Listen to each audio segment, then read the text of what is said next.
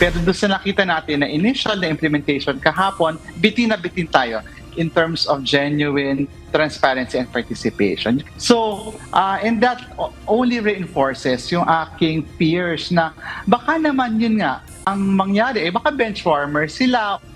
Hindi sapat na observer at magsumiti lamang ng position papers ang civil society organizations o CSOs at people's organizations sa deliberasyon ng Kamara sa panukalang pambansang pondo para sa susunod na taon.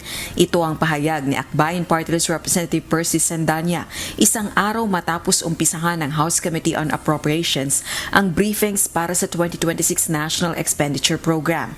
Ayon kay Representative Sandanya, dapat magkaroon ng mas aktibong pakikibahagi ang mga grupong ito lalo na't kinakailangang ibalik ang tiwala ng publiko sa budget process, gaya ng pagbibigay ng pagkakataon sa people's at civil society organizations na maging resource persons sa mga deliberasyon at maka-access sa budget documents.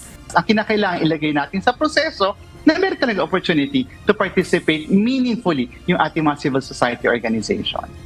Sa interim guidelines na inilabas ng House of Representatives para sa engagement ng people's organizations sa budget legislation at oversight, limitado lamang sa pagdalo bilang observer sa budget hearings at pagsusumite ng written position papers ang pakikilahok ng mga grupo.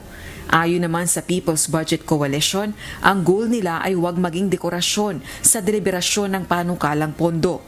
Sa gitna ito ng lumiliit na alokasyon para sa rules-based social protection programs at lumalaking budget naman para sa ayuda-based politics. Isang alyansa ng mahigit 20 civil society organizations ang People's Budget Coalition na nagre-repaso sa pambansang pondo.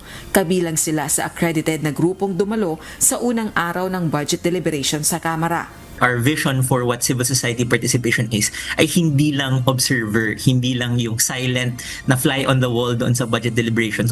Ang goal po talaga ng civil society ay magkaroon po kami ng boses. Kailangan po natin obserbahan kung ano ba yung naging budget ng NEP, yung proposal ng executive at yung GAA, yung pinasa ng Congress for the past few years, no. At ang maobserbahan po natin, ang nangyayari po, no, ay lumalaki yung budget para sa mga patronage politics na tinatawag.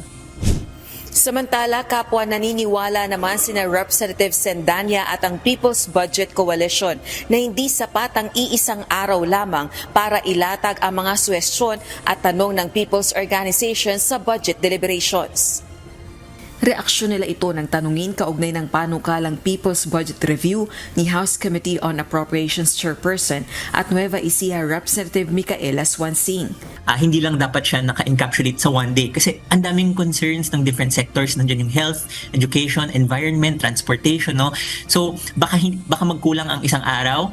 We need to allocate more time and space para discuss lahat ng issues na ito. One day will not be enough. It has to be a constant presence. Yung civil society organizations have to be a constant presence in the whole budget process para tiyakin na transparent talaga ito. August 20, araw ng Miyerkules, ipagpapatuloy ang budget briefings ng House Committee on Appropriations at sasalang ang iba pang ahensya ng pamahalaan. Rosa Licoz, UNTV News and Rescue. Diyos ang aming sandigan, serbisyo publiko ang aming pinahahalagahan.